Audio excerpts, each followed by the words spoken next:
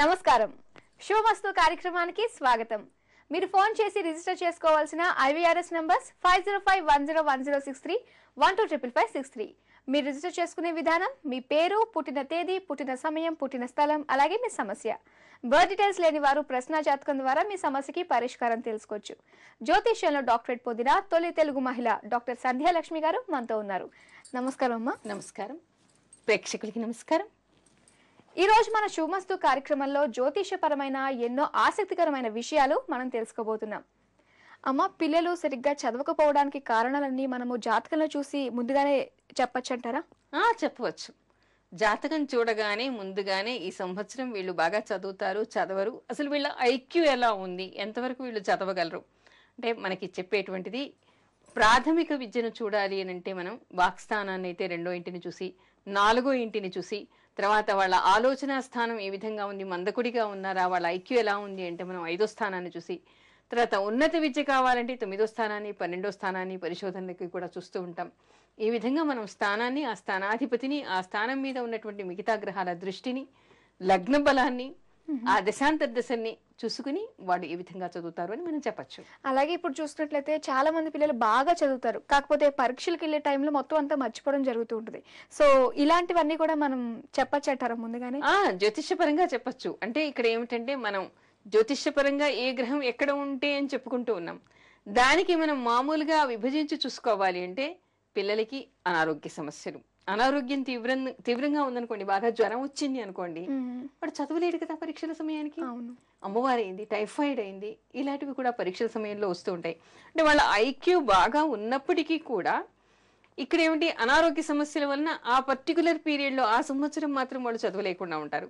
ఆ తర్వాత కొంతమందికి కుటుంబ సమస్యలు, ఆర్థిక సమస్యలు, తర్వాత పోషకాహారం లేకపోవటం, తల్లి తండ్రి మధ్యలో ఘర్షణలు, ఇవన్నీ ఉండటం వల్ల కూడా పిల్లలు చదవలేకపోతారు. ఓకే, మాకు కాలర్ లైన్ లో ఉన్నారు. అఖిల.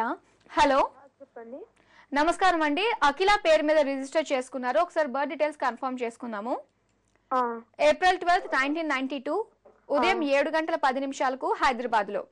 అవునండి. అలాగే ఫ్యూచర్ ఎలా ఉండబోతుందా అని తెలుసుకుందాం అనుకుంటున్నారు మీరు? అవునండి. ఓకే, మేడం తో మాట్లాడండి. చెప్పండి, ఏమిటి కావాలనుకుంటున్నారు మీరు?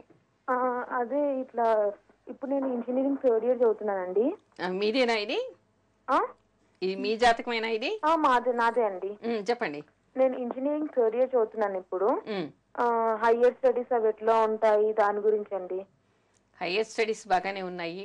అంటే ఇప్పుడు నేను engineering 3rd year electronics and computer stream లో ఉన్నానండి.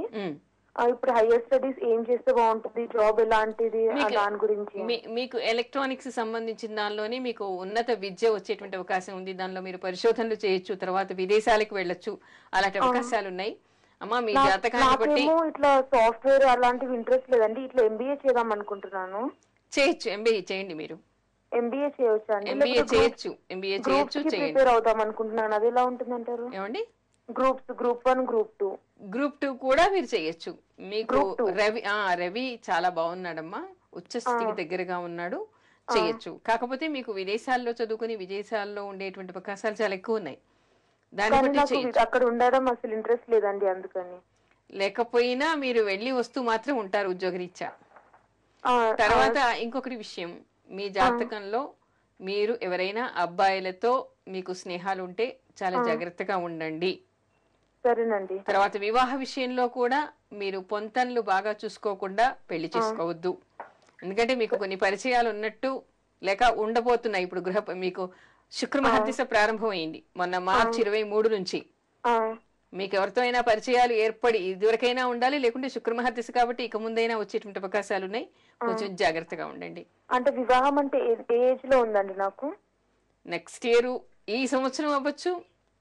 ఈ సంవత్సరం అంటే నాకు ఇప్పుడు ఈ సంవత్సరం కాకపోతే మళ్ళీ 14, 13 ఎండింగ్ లో కానీ 14 కానీ అవుతుంది మీకు.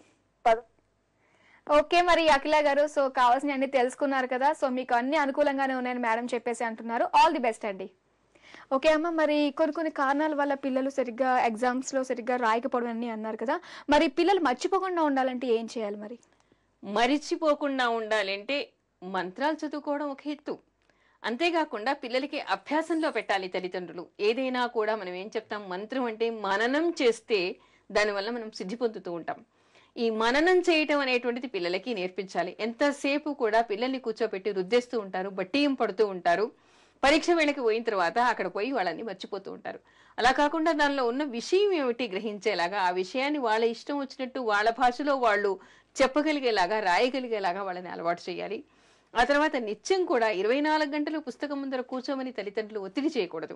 వాళ్ళు చదివింది వాళ్ళకి జ్ఞాపకం ఉందా లేదా, మళ్ళీ పుస్తకం చూడకుండా ఇంట్లో పరీక్ష పెడితే వాళ్ళు రాయగలరా రాయలేరా, రోజు రాత్రి పడుకునేప్పుడు కానీ వాళ్ళు ప్రయాణం చేస్తున్నప్పుడు కానీ వాళ్ళు నేనేం చదివాను, ఈ పాఠంలో ఏముంది, ఏం చెప్పారు, దీన్ని నేను ఎలా ప్రజెంట్ చేయొచ్చు అనేటువంటి ధోరణిలో పిల్లల్ని తల్లిదండ్రులు తయారు చేశారనుకోండి, తప్పకుండా వాళ్ళకి మననం చేయటం అన్నా ఎక్కువగా బుర్రకి పట్టేస్తుంది అది. ఆ తర్వాత ఏమిటంటే మనకి సరస్వతి మంత్రం ఒకటి ఉందమ్మా.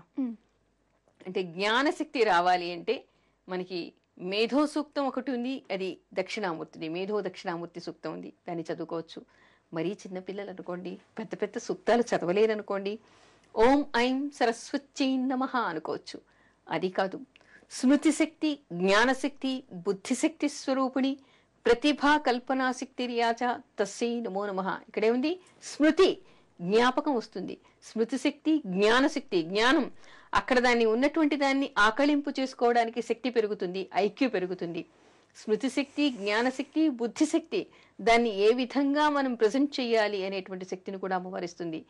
ప్రతిభా కల్పనాశక్తి రియాచ, దాని నైపుణ్యంతో ఏ విధంగా మనం ప్రజెంట్ చేస్తే మనకి ఎక్కువగా మార్కులు రావడం. మార్కులు ఒక్కటే కాదు ఇక్కడ మనకి, అంటే ఉన్నత స్థితికి మనం వెళ్ళగలుగుతాము, మన ప్రతిభను మనం చాటుకోగలుగుతాం. మాట ద్వారా కానీ రాత ద్వారా కానీ మన ప్రతిభని, మన నైపుణ్యాన్ని మనం ఎలా చాటుకోగలుగుతాం అనేటువంటి శక్తిని, అలా చాటుకోవడానికి సరిపోయినటువంటి శక్తిని అమ్మవారు వాళ్ళకి ప్రసాదిస్తుంది. కాబట్టి ఈ మంత్రాన్ని వాళ్ళు చదవాలి.